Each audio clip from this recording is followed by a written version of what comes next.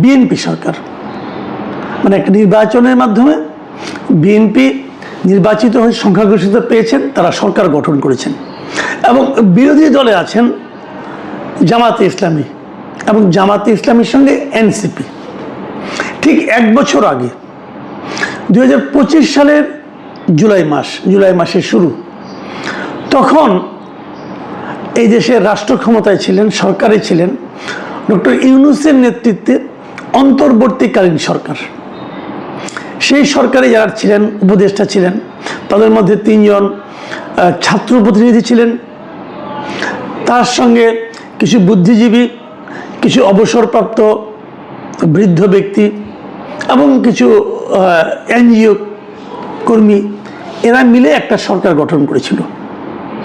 তারও আগের বছর 2024 সালের জুলাই মাসে ক্ষমতায় ছিল শেখ হাসিনার সরকার।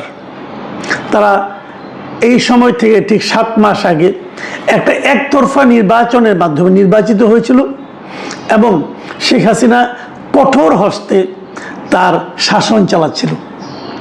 এই জুলাইয়ের শুরুতে, মানে 2024 জুলাইয়ের 2 তারিখে যদি আমি ধরি, 2 তারিখ পর্যন্ত কিন্তু বৈষম্য বিরোধী ছাত্র আন্দোলনের এখন যারা নেতা, এনসিপির নেতা, তাদের নেতৃত্বে অথবা তারা সামনে ছিল এমন একটা আন্দোলন যেটা আমরা পরবর্তী সময়ে দেখতে পেয়েছিলাম ঠিক এর 1 মাসের মধ্যে, সেই আন্দোলন তখনও তেমন দানা বেঁধে ওঠেনি।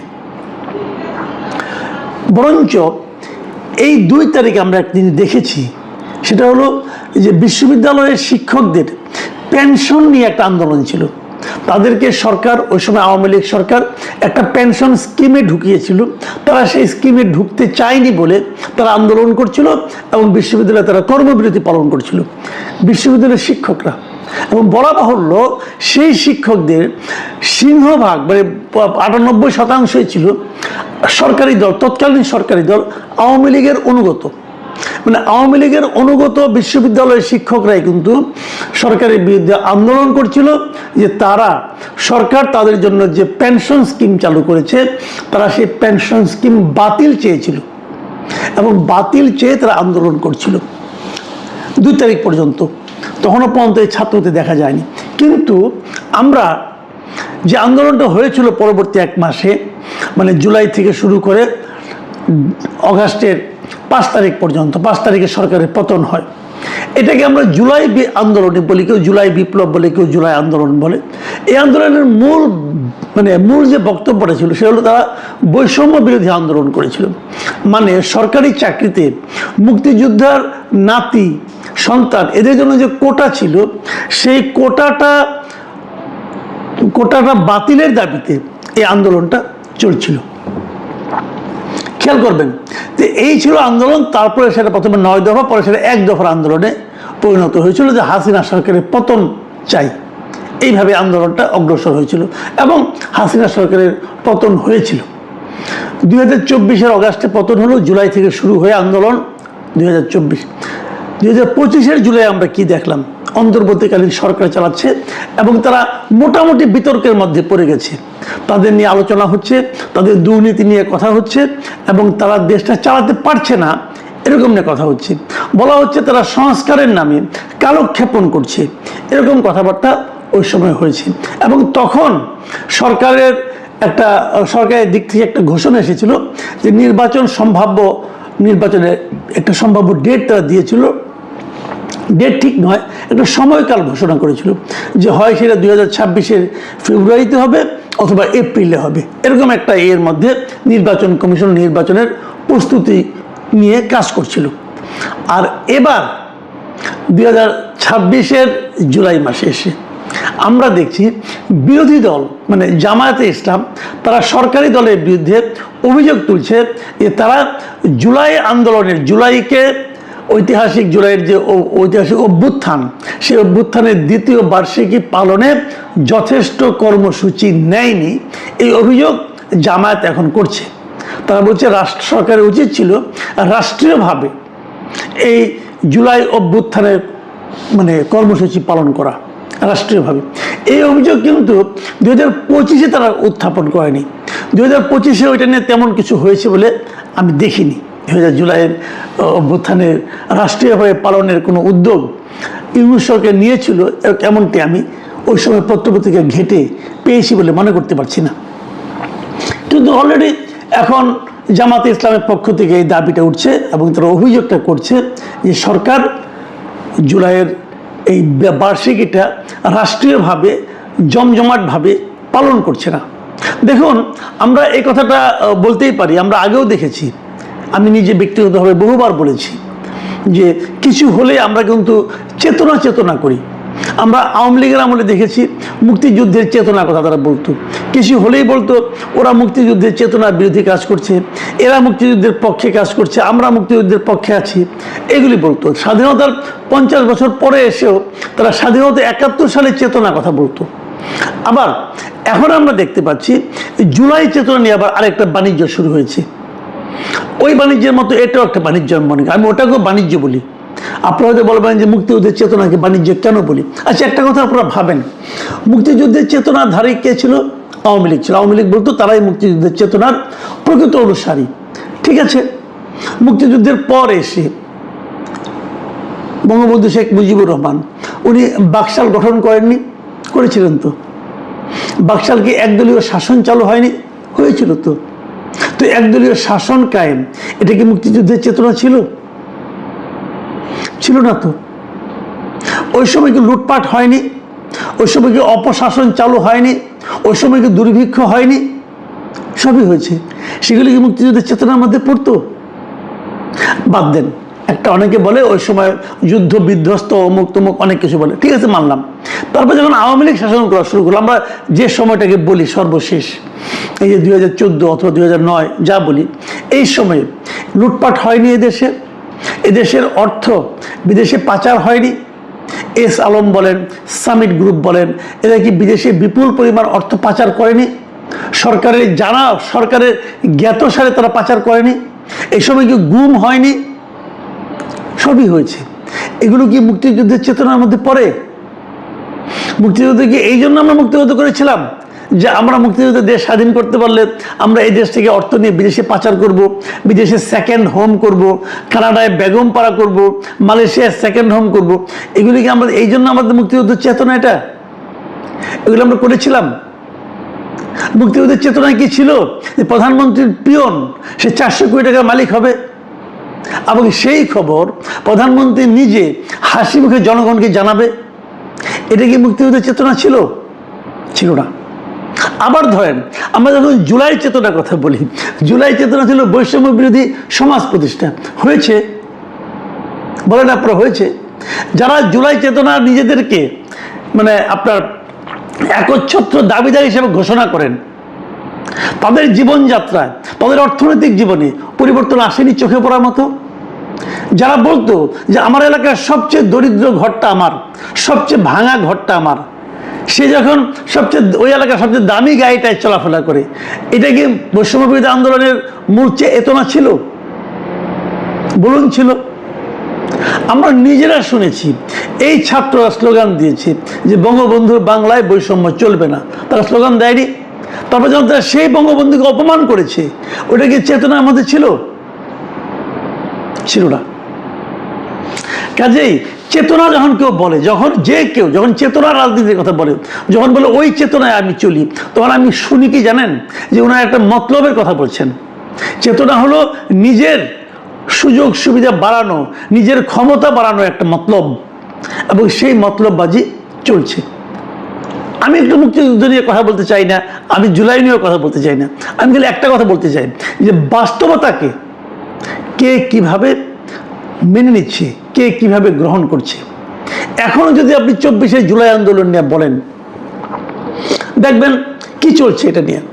আওয়ামী লীগের পক্ষ যদি বলি, আওয়ামী লীগের কথা যদি আমরা বলি, আওয়ামী লীগ কিন্তু এখনো মনে করে যে এই জুলাই আন্দোলনটা ছিল একটা ষড়যন্ত্র। এই জুলাই আন্দোলনের পেছনে যুক্তরাষ্ট্রের একটা ষড়যন্ত্র ছিল, একটা মেটিকুলাস ডিজাইন ছিল, যে কথা নাকি ডক্টর ইউনূস বারবার উচ্চারণ করেছেন। হয়তোবা ছিল, আমি একদম উড়িয়ে দিচ্ছি না, হয়তোবা ছিল, কিন্তু এটা আরো আগে থেকেই ছিল। কিন্তু আমি যেটা মনে করি যে শেখ হাসিনা সরকারের যে পতন যেটা হয়েছে, সেটা কেবলমাত্র ষড়যন্ত্রের কারণে পতন হয়নি। সারা দেশের মানুষের মধ্যে ওই সময়ে শেখ হাসিনা বিরোধী একটা মনোভাব তৈরি হয়েছিল। মানুষ শেখ হাসিনার শাসন নিয়ে ক্ষুব্ধ ছিল, বিরক্ত ছিল। শেখ হাসিনার সাঙ্গপাঙ্গ যারা ছিল, যারা তার আশেপাশে ছিলেন, যারা তার মন্ত্রিসভায় ছিলেন, যারা তার সেন্ট্রাল কমিটিতে ছিলেন, যারা ক্ষমতাবান ছিলেন, তাদের প্রত্যেকের উপর এদেশের মানুষ বিরক্ত ছিল। দু একজন ব্যতিক্রম থাকতে পারে, আমি বলতে পারবো না, কিন্তু প্রায় সিংহভাগের উপর মানুষ বিরক্ত ছিল। জেলা পর্যায়ে, থানা পর্যায়ে আওয়ামী লীগের, যুবলীগের, স্বেচ্ছাসেবক লীগের যারা নেতা ছিলেন তাদের উপর মানুষ বিরক্ত ছিল। যারা নাকি স্থানীয় সরকারের বিভিন্ন প্রতিনিধি ছিলেন, যেমন ঢাকা দক্ষিণে ওনার ভাতিজা ছিলেন একজন তাপস, তার উপর মানুষ বিরক্ত ছিল, ক্ষুব্ধ ছিল। এই সমস্ত ক্ষোভ, সমস্ত বিরক্তি পুঞ্জীভূত হয়ে শেখ হাসিনার পতন ঘটিয়েছে। এটাকে এখনো আওয়ামী লীগ মানে না। আওয়ামী লীগ মনে করে তারা খুব জনপ্রিয় একটা সরকার ছিল এবং তাদেরকে ষড়যন্ত্র করে ফেলে দেওয়া হয়েছে। আমি মনে করি যে আওয়ামী লীগ যতদিন বাস্তবতাকে স্বীকার না করবে ততই আওয়ামী লীগের ফিরে আসাটা বিলম্বিত হবে। আওয়ামী লীগকে প্রথমত মানতে হবে যে ওই সময়ে তারা খারাপ কাজ করেছিল। আওয়ামী লীগকে মানতে হবে ওই সময় তাদের কর্মকাণ্ডে মানুষ তাদের উপর বিরক্ত হয়েছিল, ক্ষুব্ধ হয়েছিল। এটা যদি আওয়ামী লীগ মানে তাহলে আমি বলবো এদের আত্ম উপলব্ধি হবে এবং আত্ম উপলব্ধি থেকে আত্মসমালোচনা, আত্মবিশ্লেষণের মাধ্যমে তারা ঠিক পথে আসতে পারবে। আপনারা হয়তো বলবেন কোথায়, এখন তো অনেকে আওয়ামী লীগের কথা বলে, অনেকে তো বলে আওয়ামী লীগ ভালো ছিল না, এটা কিন্তু তারা তুলনা করে। আমাদের বর্তমানে এখন যে সরকার আছে অথবা ডক্টর ইউনূস সরকার যা করেছে সেটা হয়তো আওয়ামী লীগের চেয়েও কোনো কোনো জায়গায় খারাপ ছিল, এবং এই কোনো কোনো জায়গায় খারাপ দিয়ে কিন্তু আপনি সামগ্রিক শাসনটাকে তুলনা করতে পারবেন না। সামগ্রিকভাবে আওয়ামী লীগ কেমন ছিল সেটাই কিন্তু সব মানুষ একবারে কিন্তু ভেবেছে। এখন এর দ্বিতীয় পার্টটা আমি বলি, যারা জুলাই আন্দোলনে নিজেদেরকে সিপাহসালা ভাবছেন, যারা ভাবছেন তারাই জুলাই আন্দোলনের মাস্টার মাইন্ড, যারা ভাবছেন তারাই একমাত্র জুলাই আন্দোলন সফল করেছেন, তাদেরও যে সমস্যাটা আছে সেটাও তাদেরকে বুঝতে হবে। দেখেন, জুলাই আন্দোলনের 2 বছরের মাথায় এরই মধ্যে কিন্তু এই জুলাই যোদ্ধা, জুলাই আন্দোলন, জুলাই শহীদ, এই যে শব্দগুলো না, এই জুলাই শব্দটা অনেকের কাছে একটা গালিতে পরিণত হয়েছে। নিজেদেরকে জুলাই বলে মানে পরিচয় দিতে অনেকে এখন জানি দ্বিধা করেন, ভয় পান, আর মানুষ তাদেরকে ট্রল করে। কেন করে? এই কারণে যে প্রত্যাশা নিয়ে জুলাই সংগঠিত হয়েছিল, যে প্রত্যাশা নিয়ে আগস্ট আন্দোলন সংগঠিত হয়েছিল, সেই প্রত্যাশার যদি 1% বাস্তবায়িত না হয়, অন্ততপক্ষে যারা এটা নিয়ে বড় বড় কথা বলেছিল যে তাদের জীবনযাপনে তার 1%-এরও বাস্তবায়ন দেখা না যায়, তাহলে মানুষ ক্ষুব্ধ হবে। এটাই স্বাভাবিক। মানুষ কিন্তু ভুলে যায়নি এই জুলাই আন্দোলনের সময় এই আসিফ মাহমুদ, সজীব ভুইয়া, এই নাহিদ ইসলাম, আখতার হোসেন, যারা এই সার্জিস আলম, হাসনাত আবদুল্লাহ, এই আপনার এই আব্দুল হান্নান মাসুদ, যারা নাকি সামনের মুখগুলো, এরা গত 24 জুলাইয়ে তাদের অবস্থা কেমন ছিল, অর্থনৈতিক অবস্থা কেমন ছিল, সামাজিক অবস্থা কেমন ছিল, ক্ষমতার কোন পর্যায়ে তারা ছিলেন, সেটার সঙ্গে যখন আজকের অবস্থা তারা মিলায় তখন তারা বুঝতে পারে যে তাদেরকে আসলে জুলাইয়ের নামে প্রতারণা করা হয়েছে। এবং এই যে প্রতারণার দায়, এটা কিন্তু জুলাই শব্দটা যারা উচ্চারণ করে সবার ব্যাপারেই মানুষ ওই মনোভাবটা পোষণ করে। এটাই বাস্তবতা। আপনি হয়তো গায়ের জোরে অস্বীকার করবেন, কিন্তু এটাই বাস্তবতা। আবার ধরুন বিএনপির কথা বলি। বিএনপি এখন ক্ষমতায় এসেছে। বিএনপি গত 15 বছর যে দৌড়ের উপর ছিল, আওয়ামী লীগ তাদেরকে যে দৌড়ের উপর রেখেছিল, সেটা বিএনপির জন্য ছিল খুব প্যাথেটিক, খুব পেইনফুল, এবং আমরা বিএনপির জন্য সমবেদনা প্রকাশ করেছি। এখন বিএনপির শাসন আমলে বিএনপি যদি সেই কাজটাই ঠিক রিভার্স করতে থাকে, তাদের উপর যে অত্যাচার হয়েছিল তারা যদি সেই অত্যাচারটা আওয়ামী লীগের উপর করে, তাহলে আওয়ামী লীগ এবং বিএনপির মধ্যে কোনো পার্থক্য কিন্তু জনগণ খুঁজে পাবে না। তাহলে যদি আওয়ামী লীগ আর বিএনপি একই হয়, তাহলে কি হবে বিএনপিকে দিয়ে? তখন কিন্তু মানুষ এই প্রশ্নটা করবে। তখন কিন্তু আওয়ামী লীগের লোকজন বলবে যে তোমরা এদেরকে বলো এরা কি পার্থক্য করেছে, একই তো করছে। এই বিষয়টা বিএনপিকে খেয়াল রাখতে হবে। এবং সেই জিনিসটা বিএনপি সরকার মাত্র তার যাত্রা শুরু করলো, এখনো 6 মাসও হয়নি। কিন্তু আমি মনে করি সামনে 4.5 বছর তাদেরকে এই জিনিসটাই বয়ে বেড়াতে হবে যে জনগণ আমাদের কাছে কি চেয়েছে আর আমরা কি দিতে পেরেছি। যদি তিনি ভারতবর্ষে এসেছিলেন সফরে এবং মোদির সঙ্গে এবং আমাদের উচ্চপদস্থ যে সমস্ত মন্ত্রী এবং আমলা রয়েছে তাদের সঙ্গে কথাবার্তা বলেছেন, মিটিং করেছেন, তারপর দেশে ফিরে গেছেন। তারপর আজকে খবর পাওয়া গেল, আজকে দুপুর 2:30 নাগাদ আপনাদের আরাকান আর্মির জান্তা সরকার আরাকান আর্মির ওপরে এয়ার স্ট্রাইক করেছে।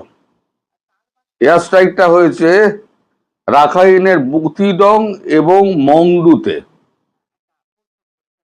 এই মুথিডং এবং মংডু এই দুটো অঞ্চলে আরাকান আর্মির ওপরে ব্যাপক এয়ার স্ট্রাইক হয়েছে, প্রচুর হতাহত হয়েছে এবং শোনা যাচ্ছে আনকনফার্ম সোর্স যে আরাকান আর্মির যিনি চিফ আছেন, মানে লোকাল চিফ, তিনি এখন চট্টগ্রামের একটি হাসপাতালে ভর্তি আছেন।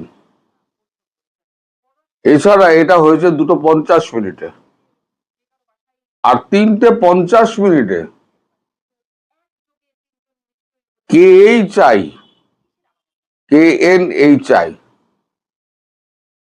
কেএনএইচআই বলে একটা সংগঠন, যাকে আমি খাইনি যাকে বলা হয় খাইন, উত্তরপ্রদেশ বিহারের লোকেরা খাইনকে খাইনি বলে, যেটা ওই তামাক হাতে ঘষে চুন দিয়ে মুখের এখানে লিখে দেয় ধোঁয়াহীন তামুক। খাইন এই শব্দটা হচ্ছে মানে ভারতীয় শব্দ। এই শব্দটা ওখানে কি করে ব্যবহার হলো তা আমি জানি না। এর পেছনে কারা রয়েছে, কি রয়েছে, এই খবরও আমার কাছে নেই। এই যে 3:30 নাগাদ এরা বাঘাইছড়ি এবং জলছড়ি এই দুটো এলাকায় বাংলাদেশ সেনাবাহিনীর সঙ্গে এদের সংঘর্ষ হয়, দুটো জায়গা। তাতে এখনো পর্যন্ত যা খবর পাওয়া যাচ্ছে 4 জন বাংলাদেশি সৈনিক শহীদ হয়েছেন। আনকনফার্ম সোর্স, কনফার্ম সোর্স নয়, কারণ কিছুক্ষণ আগে ঘটেছে। আমি খবর পেয়েছি, যতটা পেরেছি কনফার্ম করেছি এবং কনফার্ম করার পরে আপনাদের সামনে বসছি কথা বলার জন্য। তো এই যে ঘটনাগুলো হঠাৎ ঘটছে, এক তো রাখাইনের ওপরে আরাকান আর্মির ওপরে হামলা হলো, তারপর আবার ওই খাইন চাইয়েন, এটা গুগল আমায় দেখাচ্ছে যে এটার নাম হচ্ছে খাইন অর্থাৎ খৈনি। আমি নিজেও জানতাম না, আমি গুগল সার্চ করলাম, গুগল সার্চ করতে গুগল আমাকে এই অ্যান্সার দিল, যেটা আপনারা এখন স্ক্রিনে দেখতে পাচ্ছেন। তো এখন এরা কোত্থেকে উৎপত্তি হলো, কে এদের অস্ত্র দিল, কারা এর পেছনে মদতদাতা রয়েছে, এসব কিছুই জানা যায়নি। আর আরাকান আর্মি মানে ওপরে একটা বড় ধরনের স্ট্রাইক আরো পরিকল্পনা হচ্ছে বলে জান্তা সরকার প্রেস রিলিজ দিয়েছে, যে আরো বড় ধরনের এয়ার স্ট্রাইক করা হবে, মানে আরাকান অঞ্চলটাতে যত রয়েছে সেই অঞ্চলটাতে, এবং বাংলাদেশ সীমানার মধ্যে যেখানে যেখানে আরাকান আর্মি রয়েছে। ধরুন বাংলাদেশের মধ্যে যদি আপনার ওই বান্দারবন এলাকা ফেলাকায় যদি আরাকান আর্মি থাকে, সরি, তাহলে বান্দারবন এলাকাও কিন্তু আপনাদের নিরাপদ থাকবে না। অর্থাৎ মায়ানমার বকলমে বলতে গেলে বাংলাদেশের ওপর চড়াও হতে যাচ্ছে, যদি না বাংলাদেশ আর্মি এদেরকে হটাতে পারে। এখন কি হয়েছে সত্যি মিথ্যে তাও জানি না। এই যে 4 জন শহীদ হওয়ার কথা বলা হচ্ছে। যুদ্ধে যারা মারা যান তাদেরকে আমরা শহীদ বলি, কারণ তারা দেশের জন্য প্রাণ দিয়েছে, তাদের প্রতি শ্রদ্ধা জ্ঞাপন করা উচিত আমাদের। সে যে দেশেরই হোক, তিনি দেশের জন্য প্রাণ দিয়েছেন, তাই তার প্রতি সশ্রদ্ধভাবে আমাদের কথা বলা উচিত। তো এই আরাকান আর্মি এখন কিন্তু আপনাদের জন্য বিপজ্জনক হয়ে উঠেছে, কারণ যেখানে যেখানে আরাকান আর্মি রয়েছে সেখানে সেখানে জান্তা সরকার কিন্তু এয়ার স্ট্রাইক করবে। আর আমি জানি না আরাকান মানে বাংলাদেশের ভূগোল আমার জানা নেই, চট্টগ্রামের কোন কোন অঞ্চলে ওই খাগড়াছড়ি, নাইখাংছড়ি, এই সমস্ত জায়গাগুলো যেগুলোর নাম শুনি, সে সমস্ত অঞ্চলে যদি ছড়িয়ে ছিটিয়ে এই সমস্ত জলকেলি ফলকেলি করে বেড়ায় না বাংলাদেশের ভেতরে ঢুকে, বাংলাদেশের ভেতরে যদি ঢুকে থাকে তাহলে বাংলাদেশের কাছে কিন্তু একটা বড় বিপদ সংকেত। এদিকে শোনা যাচ্ছে, এই খবরটা কনফার্ম, যে আজকে বিকেল বেলা ব্রেন ক্রিস্টেনসন তিনি আপনাদের স্বরাষ্ট্রমন্ত্রী সালাউদ্দিন সাহেবকে ডেকে আগা পাঁচতলা ঝাড় দিয়েছেন। কি প্রসঙ্গে ঝাড় দিয়েছেন, কেন ঝাড় দিয়েছেন সে আমি বলতে পারবো না, তবে তিনি বেরোবার সময় বেশ গম্ভীর ছিলেন। মানে সালাউদ্দিন সাহেব কারোর সঙ্গে কোনো কথা বলেননি, তিনি চুপচাপ বেরিয়ে গেছেন। যা ঢোকার সময় খুব হাসি মুখে ঢুকেছিলেন, মানে হাস্যোজ্জ্বল মুখে ডেকে পাঠিয়েছেন হয়তো কোনো সুখবর দেবেন, কিন্তু ভেতরে ঢুকে সুখবরের জায়গায় অন্য কোনো খবর হয়েছে কিনা সেটা বোঝা যাচ্ছে না। এখন এই তারেক রহমান সরকার এখন উভয় বিপদে পড়েছে, এদিকে মায়ানমার, এদিকে হচ্ছে আবার আরাকান আর্মি, তারপর হচ্ছে আপনার ভারতীয় সেনার চাপ, ওদিকে চীন আবার ঢুকতে চাইছে। এখন চীন মদত দিচ্ছে না ভারত মদত দিচ্ছে, এখন কে দিচ্ছে, কে পেছনে আছে না সামনে আছে কিচ্ছু বলা যাচ্ছে না। তবে অবস্থা যে ক্রমশ ঘোরালো হবে, এবং আপনারা যদি আরাকান আর্মি আপনাদের যে বংশে ঢুকেছে সেই সমস্ত অঞ্চল যদি আপনারা আরাকান আর্মি থেকে আর্মিকে বিতরণ না করতে পারেন, তাহলে কিন্তু আপনাদের কপালে দুঃখ আছে। মানে এটা আমি বলতে চাইছি, আরাকান আর্মি কিন্তু আপনাদের সর্বনাশ ডেকে আনছে। আপনারা আরাকান করিডোর দিতে চাইছিলেন না আমেরিকার কথায়, আমেরিকার কথায় যদি পৃথিবী চলতো না তাহলে পৃথিবী ধ্বংস হয়ে যেত। সুতরাং বাস্তবে আপনারা নেমে আসুন, আর ওই আমেরিকার দেওয়া পথে দেখানো পথে আপনারা চলাটা বন্ধ করুন। আবার অনেকে এখানে দ্বিমত করতে পারেন, বলা যেতে পারে যে রাজনীতিটা কতটা ব্যবসা হয়েছে এবং রাজনীতিটা কতটা স্বার্থের খেলা হয়েছে আমরা কিন্তু ধারাবাহিকভাবে গত 55 বছরেই দেখেছি। দল পরিবর্তন, সবসময় সরকারি দলে থাকতে চাওয়া, এই ব্যাপারগুলো রাজনীতিতে সবথেকে নষ্ট অধ্যায় হিসেবে আমরা দেখেছি। রাজনীতিতে যখনই সরকার পরিবর্তন হয় তখনই দল বদলের একটা প্রক্রিয়া শুরু হয়। শুধুমাত্র সাধারণ রাজনীতিবিদ না, বাংলাদেশে এমন রাজনীতিবিদও রয়েছেন, সর্বোচ্চ পর্যায়ের রাজনীতিবিদ, যিনি কিনা সব সরকারেরই মন্ত্রী ছিলেন। নাম বলে মানে তাকে বিব্রত করতে চায় না, যেহেতু সেই ব্যক্তি এখন জীবিত নেই, মারা গেছেন।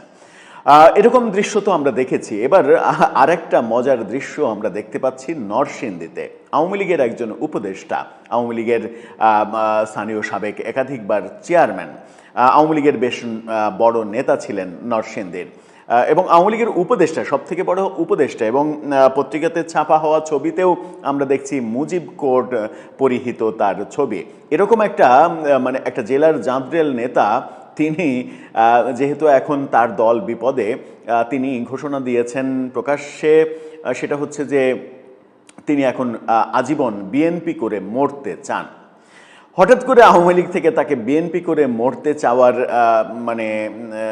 ব্যাপারটা দেখছি কেন, তার এই স্বাদ জাগলো কেন? অনেক প্রশ্ন থাকতে পারে, অনেক উত্তরও আসতে পারে, কিন্তু আসল উত্তরটা কি ঘটলো নরসিংদীতে? এবং আওয়ামী লীগের যখন ক্রান্তিকাল চলছে তখন কি আওয়ামী লীগ টের পাচ্ছে যে কাদেরকে তারা দলে ভরিয়েছিল এবং কাদেরকে তারা মূল্যায়ন করেছে? চলুন একটু নরসিংদী থেকে ঘুরে আসি, কি হলো সেখানে একটু বুঝে দেখার চেষ্টা করি এই ভিডিওতে। থাকবেন পলিটিক্স টিভির নিয়মিত আয়োজনে।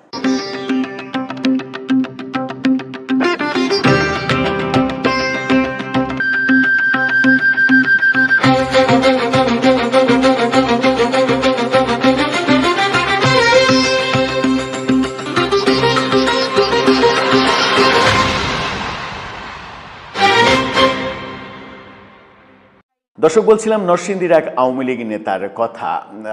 এই নেতা বীর বিক্রমে প্রেস ক্লাবে সাংবাদিক সম্মেলন করে ঘোষণা দিয়েছেন তিনি এখন আজীবন বিএনপি করে মরতে চান। কালকে যদি বিএনপি সরকার না থাকে, কালকে বলতে এই 5 বছর পরে যখন বিএনপি সরকার থাকবে না, ধরা যাক যে এনসিপি ক্ষমতায় আসলো, তখন কি তিনি বলবেন যে আমি আজীবন এনসিপি করে মরতে চাই? দলবদল যারা করে তাদের ক্যারেক্টারটা অনেকটা এরকমই হয়। কি হচ্ছে সেখানে? ইন্ডিপেন্ডেন্ট টেলিভিশনের শিরোনামটা দেখে নিন। সেখানে বলা হচ্ছে আজীবন বিএনপি করে মরতে চান নরসিংদী জেলা আওয়ামী লীগের উপদেষ্টা। জেলা আওয়ামী লীগের উপদেষ্টা তিনি। সেখানে এই উপদেষ্টার নাম, তিনি সাবেক তাঁতি লীগের সাবেক আহ্বায়ক ও রায়পুরা উপজেলা আলীপুরা ইউনিয়ন পরিষদের একাধিকবার সাবেক চেয়ারম্যান আলী আহমেদ দুলু। এই ভদ্রলোক, যিনি ইউনিয়ন পরিষদের একাধিকবারের চেয়ারম্যান, তাঁতি লীগের আহ্বায়ক এবং বর্তমানে জেলা আওয়ামী লীগের উপদেষ্টা ছিলেন, তিনি এই কথা বলছেন। আজকে রায়পুরা প্রেস ক্লাবে সাংবাদিকদের সঙ্গে মত বিনিময় সভায় তিনি এই ঘোষণা দিয়েছেন। এ সময় বক্তব্যে তিনি বলেন, 2 বার আমাকে রাজু সাহেব আওয়ামী লীগের সাবেক প্রেসিডিয়াম সদস্য, সাবেক এমপি এবং মন্ত্রী জোর কইরা ফেল করাইছে এবং আমাকে হয়রানি করছে। তো তখন আপনি আওয়ামী লীগ ছাড়েননি কেন? রাজু সাহেবের এই দৌরাত্ম্য তো আমরা সারা দেশে এমপি মন্ত্রীদের দেখেছি কম বেশি, এটা খুবই স্বাভাবিক ঘটনা আওয়ামী লীগের আমলে ছিল। আমাকে নির্বাচন অফিসে আটকে রেখেছে, অনেক হয়রানি করেছে। আমি কিন্তু কোনো দল করি নাই, আমি আওয়ামী লীগের সমর্থক ছিলাম। তিনি বলছেন তিনি কোনো দল করেন নাই, তিনি আওয়ামী লীগের সমর্থক ছিলেন। অথচ গণমাধ্যম বলছে তিনি জেলা আওয়ামী লীগের উপদেষ্টা, সাবেক তাঁতি লীগের আহ্বায়ক এবং আওয়ামী লীগের সমর্থনেই দুইবারের ইউনিয়ন পরিষদ চেয়ারম্যান। তিনি আরও বলেন, আমি একসময় ছাত্র দল করতাম। তিনি আবার ইতিহাসে চলে গেছেন, বড়াই করে বলছেন তিনি ছাত্র দল করতেন। কখন? 81 সাল থেকে ছাত্র দল করতে গিয়ে আমি যখন চেয়ারম্যান হইলাম, তখন যে দল ক্ষমতায় যখন আসছে সেই দলের পাশে আমি ব্যালেন্স করে চলে আসছি। খুবই ভালো, নিজেই নিজের চরিত্রের কথা বলছেন। কিন্তু অরিজিনালি আমি বিএনপি ছোটবেলা থেকে করছি। এখন তিনি বিএনপি করছেন এটা বলছেন। আবার এলাকাতে এই যে আমার ভাইয়েরা আছেন, এরা সবাই বিএনপির লোক। আমি আলী আহমেদ দুলু তিনি বলেছেন, গত ফেব্রুয়ারির 2 তারিখ খোকন ভাইয়ের কথা মতো খোকন ভাইয়ের মাধ্যমে আমি বিএনপিতে যোগদান করেছি। আগের সবগুলো ছাইড়া দিয়া যেটাই বলুক না কেন, কিন্তু যোগ দেওয়ার পরে আমি প্রেস ক্লাবে বলি নাই। অর্থাৎ যোগ দিয়েছে গত ফেব্রুয়ারির 2 তারিখে, কিন্তু তিনি প্রেস ক্লাবে বলেন নাই, তাই তিনি প্রেস ক্লাবে বলতে এসেছেন। কাজে আজকে আমাদের সেই খায়রুল কবির খোকন ভাই, বিএনপি নেতা খায়রুল কবির খোকন, নরসিংদী জেলা বিএনপির সভাপতি হিসেবে আমাকে অনুমতি দিয়েছেন যে আপনি গিয়ে আপনার এলাকাতে একটা প্রেস ক্লাবে সাংবাদিক নিয়ে একটা মিটিং করেন, আলোচনা সভা করেন, সেই লক্ষ্যে আমাদের আজকের সাংবাদিক সম্মেলন। দুলু আরও বলেন, অরিজিনালি আমি বিএনপিতে ছিলাম, আমি ছাত্রদল করেছিলাম, এখন আমি আমার ঘরে ফিরে আসছি। আপনি বিএনপিতে ছিলেন, ছাত্রদল করেছিলেন, তারপরের ইতিহাসটা কেন বলছেন না? আপনি আওয়ামী লীগের দীর্ঘ সময় ছিলেন, আওয়ামী লীগের নেতা হয়েছেন, সেটা কেন বলছেন না? ভয় পাচ্ছেন নাকি এখন মধুটা বিএনপিতে বেশি, সেই কারণে আপনি বলছেন? এই বিএনপিতে আজকে আবার নতুন করে প্রেস ক্লাবের মাধ্যমে, সাংবাদিক ভাইদের মাধ্যমে বিএনপিতে পুরোভাবে যোগদান করলাম।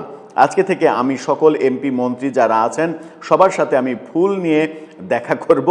বিএনপি করেছিলাম, বিএনপিতে এসেছি এবং বাকি জীবন বিএনপি করেই বিএনপি হিসেবেই আমি থাকতে চাই।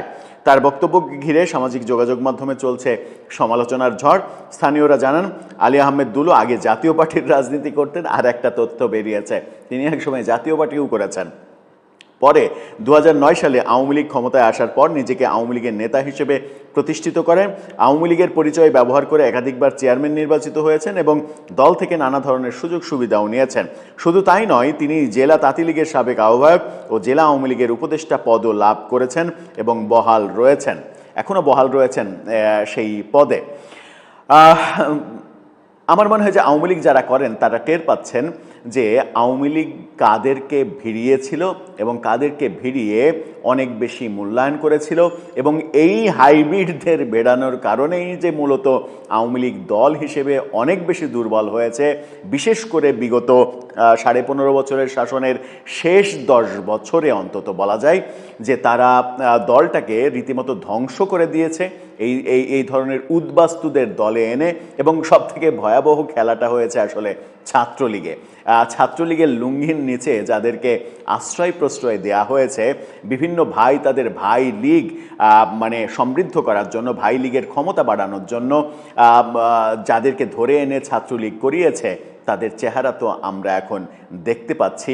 আওয়ামী লীগের সব থেকে বড় শত্রুতে তারা পরিণত হয়েছে। এটাই কি সেই মানে 77 বছর বয়সী ঐতিহ্যবাহী আওয়ামী লীগের ক্যারেক্টার বলে আমরা ধরে নেব? এটাই কি তাদের রাজনৈতিক আদর্শ, যে এভাবেই মানে আদর্শহীন লোকদের দলে ভিড়িয়ে দলটাকে দুর্বল করেছে এবং দলের মহাসর্বনাশ করেছে? সেটা একটা যেমন দিক, তেমনি আরেকটা দিক হচ্ছে বাংলাদেশের রাজনীতিতে এটা একটা ট্র্যাডিশন। আমরা দেখেছি না, আওয়ামী লীগের 15.5 বছরে দেশে অন্য কোনো দল নেই, সবাই আওয়ামী লীগ, মানে 18 কোটি জনগণের 19 কোটি আওয়ামী লীগ করত। এই দৃশ্য তো আমরা দেখেছি। এবং মানে শুধুমাত্র আওয়ামী লীগকে দোষ দিয়ে কি লাভ আছে? এর আগে 2001 থেকে 2006-এ যখন বিএনপি ছিল তখন সবাইকে বিএনপি মনে হয়েছে, এবং বিএনপির ওই সময়ে এত লোক বিএনপিতে যোগ দিয়েছে যে সেইটা নিয়ে সমালোচনা হয়েছিল। সেই সময় ফেসবুক তো ছিল না, ফেসবুক থাকলে ব্যাপারটা আরও জমতো। সেই সময় এত বেশি সমালোচনা হয়েছে যে এই যোগদান করতে করতে জনগণ নতুন বিএনপিতে যোগদান করতে করতে সংখ্যাটা এমন হবে যে 16 কোটি জনগণের 18 কোটি যোগদান করে ফেলেছে। এই ব্যাপারগুলোও আমরা দেখেছি। তার মানে সব সময়, আবার এখন যখন বিএনপি সরকার এসেছে তখন দেশে আর আওয়ামী লীগ নাই। এখন সবাই, আপনি গ্রামে গঞ্জে যান, সবাই বুক ফুলিয়ে বলছে আমি বিএনপি করি, আমি ছাত্রদল করি, আমি যুবদল করি, এটা করি ওটা করে। এটাই বাংলাদেশের রাজনীতির ট্র্যাডিশন, এবং এই ট্র্যাডিশন থেকে আমরা যতদিন না মুক্ত হব ততদিন রাজনীতি কলুষণ মুক্ত হবে না। কারণ এই যে ক্ষমতার আশ্রয়ে প্রশ্রয়ে থাকা এবং এই স্বার্থান্বেষী একটা মহল আছে যারা ক্ষমতার ছায়ার তলে থেকে নানা ধরনের অপকর্ম করে এবং ক্ষমতাসীন দলকে নানাভাবে বিপদে ফেলে। দর্শক, আপনার কাছে কি মনে হয় এই ভদ্রলোক আসলে কোন দল করতেন? এখন আজীবন বিএনপি। শেখ হাসিনার জামানাতে আমরা গলা উঁচিয়ে বলার চেষ্টা করতাম অনেক আকার ইঙ্গিতে, আর দেশের বাইরে থেকে রীতিমতো একেবারে যাকে বলা হয় বাম্বু, যে সরকারকে বাস দেওয়ার জন্য যে সকল অশ্লীল অশ্রাব্য শব্দ ব্যবহার করা দরকার সবই আমরা শেখ হাসিনার জামানাতে করেছি। শেখ হাসিনার জামানাতে গালি সম্রাট হিসেবে যিনি বাংলার মানে যারা গালিবাজ, গালি দিতে চান, মানে এখন বাংলাদেশে যারা গালি দিচ্ছেন, তো এই সকল গালিবাজদের মানুষ পিতা, সবার আধ্যাত্মিক গুরু, তিনি হলেন অস্ট্রিয়া প্রবাসী একজন সিনিয়র সিটিজেন শেফায়েতুল্লাহ সেফু, যিনি নিজেকে সেফুদা বলেন। আওয়ামী লীগ জামানাতে কি হলো, তিনি সবাইকে গালি দিতেন, অকথ্য অশ্রাব্য অশ্লীল ভাষায় গালি দিতেন, এবং সেই গালি এমন গালি যে আওয়ামী লীগের লোকজন ভয়ে থর থর করে কাঁপত। আমাকে একদিন আওয়ামী লীগের একজন এমপি বলছিলেন যে তাকে ফোন করেছে, তো ফোন করার পর ভদ্রলোক মানুষ ডাক্তার হাবিবে মিল্লাত, তো ফোন করে বলতেছে যে আমি সেফুদা বলছি। তো তো তার তো আসলে জানার কথা না সেফুদা কে ইত্যাদি ইত্যাদি। তো বললো কোন সেফুদা? তা সে বলল যে যে গালি ওই পাশ থেকে দিল, রনি ভাই আমি জিন্দিগিতে কখনো এই ধরনের গালি শুনিনি। তো এই ভদ্রলোক কয়েকদিন আমাকেও টেলিফোন করতেন, আমাকে তার ভালো লাগতো, আমাকে খুব ভালো লাগতো। তো অনেক খোলামেলা কথাবার্তা বলতেন, বলতেন যে রনি ভাই দেখেন আমি যদি এই যে আমার গালিকে সবাই ভয় পায়, মওদুদ আহমেদ 1.5 ঘন্টা 2 ঘন্টা আমার সাথে কথা বলেন, তারপরে আওয়ামী লীগের সব মন্ত্রী এমপি আমি টেলিফোন করলে আমার সাথে সবাই কথা বলেন, আমি যদি গালি না দিতাম তাহলে কি সবাই সেই আমার সঙ্গে এভাবে কথা বলতো? তো সেই গালিকে সে ভীষণ রকম ভয়, মানে যাকে বলা হয় তার গালিকে যে ভয় পেত আর এটাকে সে গর্ব হিসেবে নিত। তো এই কাজ করতে করতে বেশ কয়েকজন লোকের সঙ্গে তার শত্রুতা তৈরি হয়ে গেল। তার মধ্যে সেই আওয়ামী লীগপন্থী সম্ভবত এক ভদ্রলোক আছেন, আসাদ পংপং তার নাম, তিনি মালয়েশিয়াতে থাকেন। তো শেফায়েতুল্লাহ শেফু সাহেব একদিন আমাকে বললেন যে এরকম রনি ভাই এই লোকটা আমার জীবন হারাম করে দিয়েছে। হারাম করে দিয়েছে এই কারণ হলো সে শুধু অনলাইনে আমাকে গালি দেয় না, সে সময় সুযোগ পেলেই আমাকে টেলিফোন করে এবং টেলিফোন করে আমাকে গালি দেয়। মানে এত বেশি গালি দেয় যে শেফায়েতুল্লাহকে অসুস্থ বানিয়ে ফেলেছে সেই আসাদ পংপং। তো পরে আমি খুব আগ্রহ নিয়ে নেটে গিয়ে সেই আসাদ পংপং এর কতগুলো গালি আমি শুনলাম, দেখলাম যে সে আসলে শেফায়েতুল্লাহ শেফুর বাবা। তো এই যে একটা সংস্কৃতি শুরু করেছিল আসাদ পংপং, এরপরে কয়েকজন মহিলাও মানে তারাও মানে আমেরিকা থেকে বেশ গালি দিতেন। একজন মহিলা কি যেন নাম, তো যাই হোক সেও খুব গালাগালি করতেন খুব আদিবাসী ভাষায়। কিন্তু এটা আসলে একটা নির্দিষ্ট সার্টেন লিমিট পর্যন্ত চলে, এই অশ্লীলতা অশ্রাব্যতা। এরপরে এগুলো আর ভালো লাগে না। বাংলাদেশে যেমন 1, 2, 3 বা টিনের ছেলে কাউয়া এই জিনিসগুলো আপনি এখন যদি বলতে যান প্রথম 1 সপ্তাহ 15 দিন 1 মাস 1.5 মাস এই জিনিসগুলো শুনতো। কিন্তু যদি আপনাকে টিকতে হয় তাহলে আমাদের যে নর্মাল যে ফেনোমেনা রয়েছে সেই ফেনোমেনার মধ্যেই আপনাকে টিকতে হবে। অন্যদিকে সেই গালিকে ভর করে এবং অশ্লীলতাকে ভর করে দুজন বীর, একজনের নাম ইল্লু আর একজনের নাম পিঙ্কু। ইল্লু যে কাজটি করতো সেটা হলো ধরুন যে কোনো ভদ্রলোক বা যে কোনো ভদ্র মহিলা সুন্দর এবং সুন্দরী তাদের দৃশ্য মানে তাদেরকে টার্গেট করে, যেমন টেলিভিশনের একজন উপস্থাপিকা, তার সঙ্গে ধরেন একজন সাংবাদিক রাজনীতিবিদ বা ধরুন আর একজন মহিলা আর একজনের সাথে এগুলো করে হি মেড এ ফিল্ম পিছন থেকে। মানে এখন আসলে ভয়েস ওভার প্রোটোকল, তারপরে এখানের এক ছবি এখানের এক ছবি এগুলো দিয়েছে একটা বিশাল রকম একটা অশ্লীল গল্প। সেখানে কে কার খাট কাঁপালো, খাটের তলে বসে কে কিভাবে দেখলো, তারপরে শেষে সেখানে কি ধরনের যৌন উন্মাদনা চলে, এই ধরনের রগরগে কাহিনী সে চালালো বেশ কিছুদিন। কিন্তু এখন নো ওয়ান রেসপন্ড, তার সেই বক্তব্য কেউ শুনছে না, সবাই চলে গেছে এবং ঘুরে ফিরে আমাদের সেই মূল রাজনীতিতে চলে আসতে হয়েছে।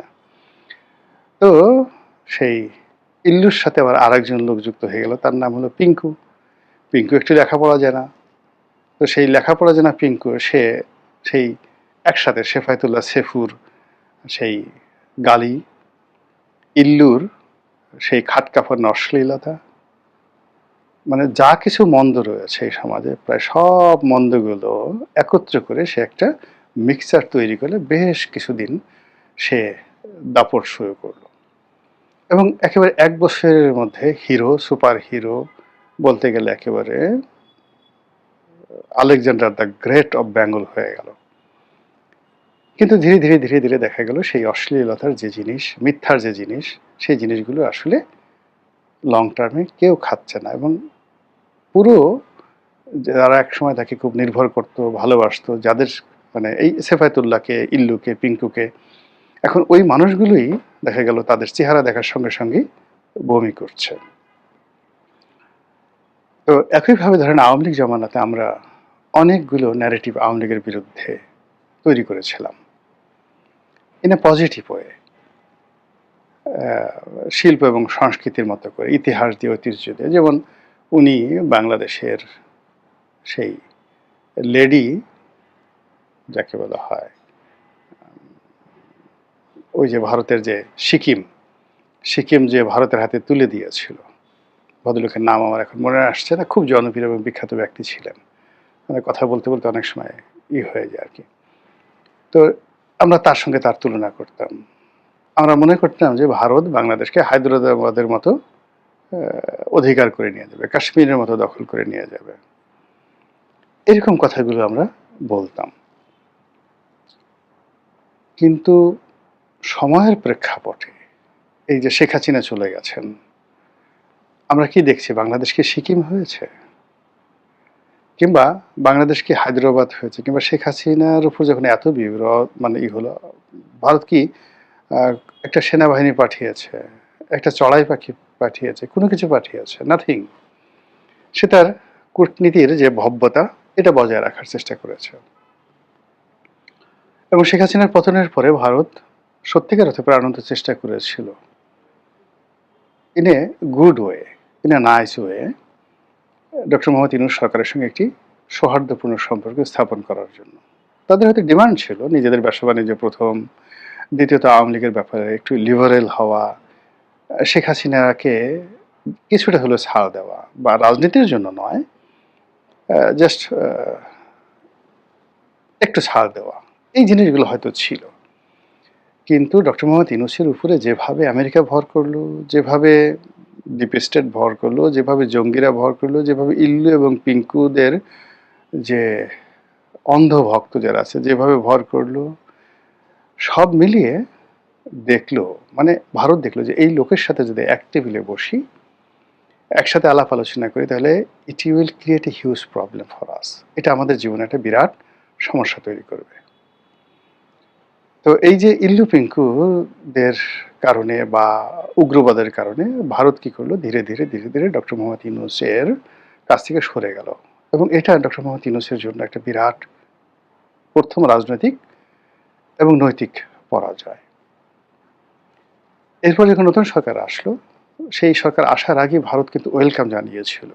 তারা জানতো, এমনকি যদি সেই তারেক রহমান সাহেবের পরিবর্তে যদি জামাতও আসতো, তাহলে ভারত একইভাবে তাদেরকে অভ্যর্থনা জানাতো, যেভাবে তারেক রহমান সাহেবের মায়ের অর্থাৎ বেগম খালেদা জিয়ার জানাজাতে উপস্থিত হয়েছিল, তাকে ওয়েলকাম জানিয়েছিল। কিন্তু এখানেও একই অবস্থা। তারা যখন দেখলো যে এই সরকারের মধ্যে আর ডক্টর মোহাম্মদ ইউনূসের সরকারের মধ্যে বেসিক এবং ফান্ডামেন্টাল এই দুটো বিষয়ে এমন কোনো পরিবর্তন নেই, অধিকাংশ কেমন যেন একটা ধারাবাহিকতা রয়েছে এবং ক্ষেত্র বিশেষে ইউনূসের সরকারের কতগুলো ভালো দিক ছিল, আবার কিছু মন্দ দিক ছিল।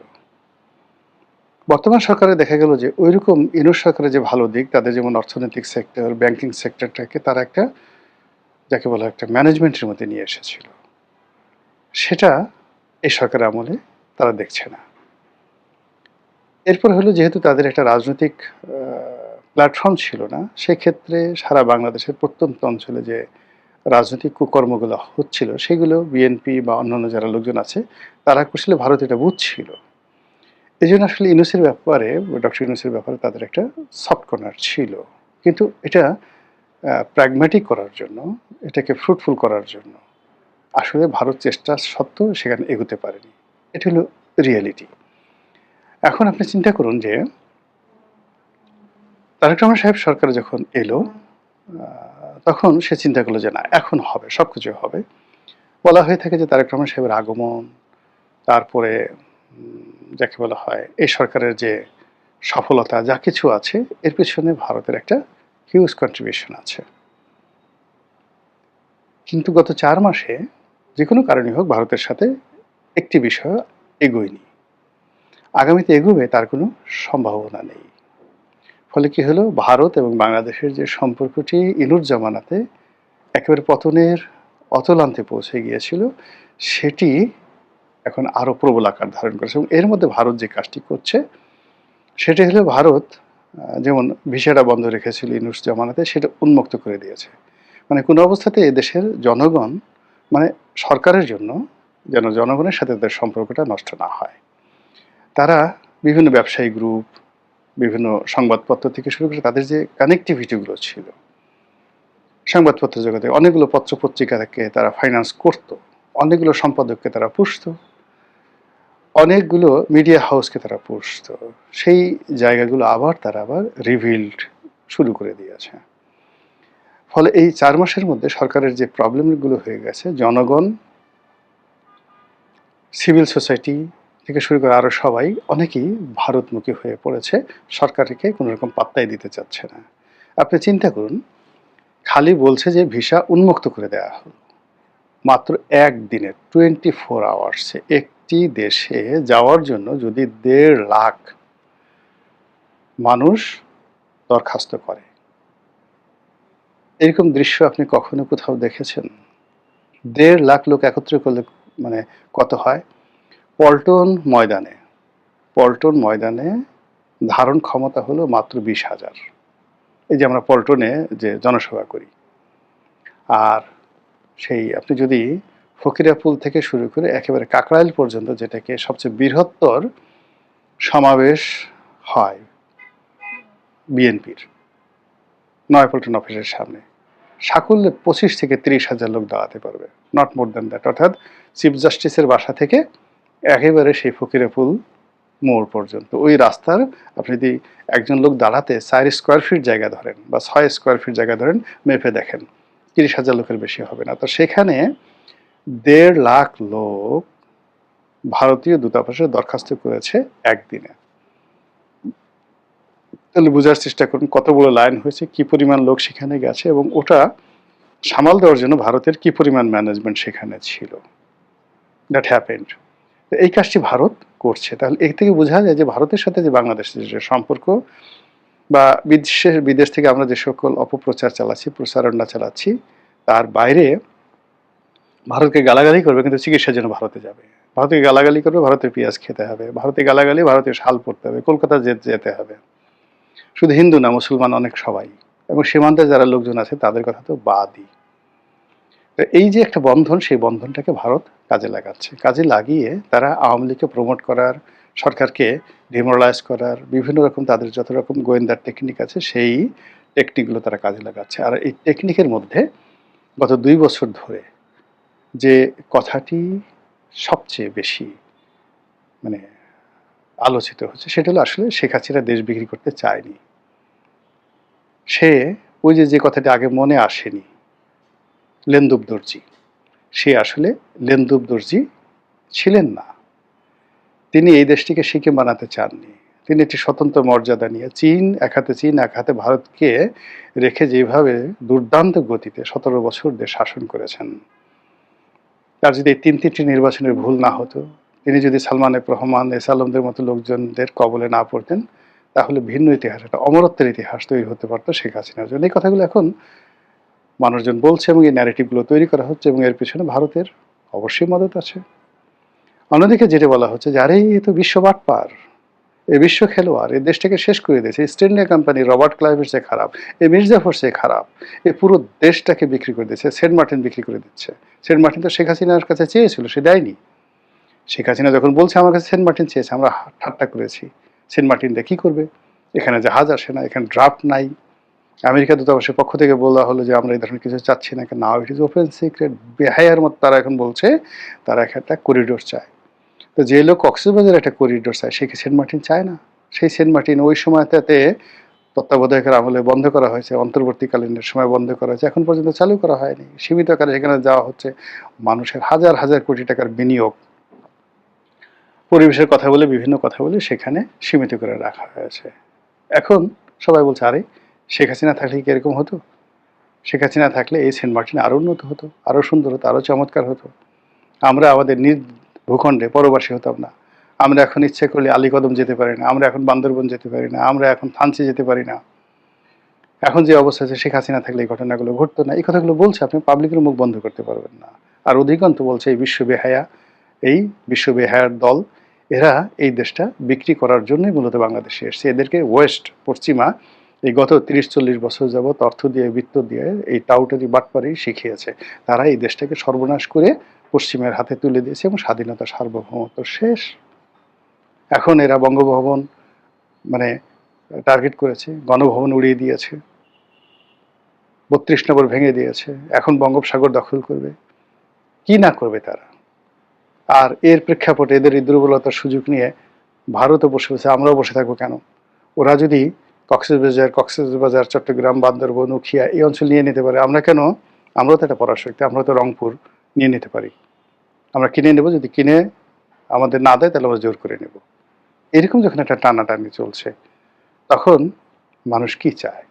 একটা বটবৃক্ষ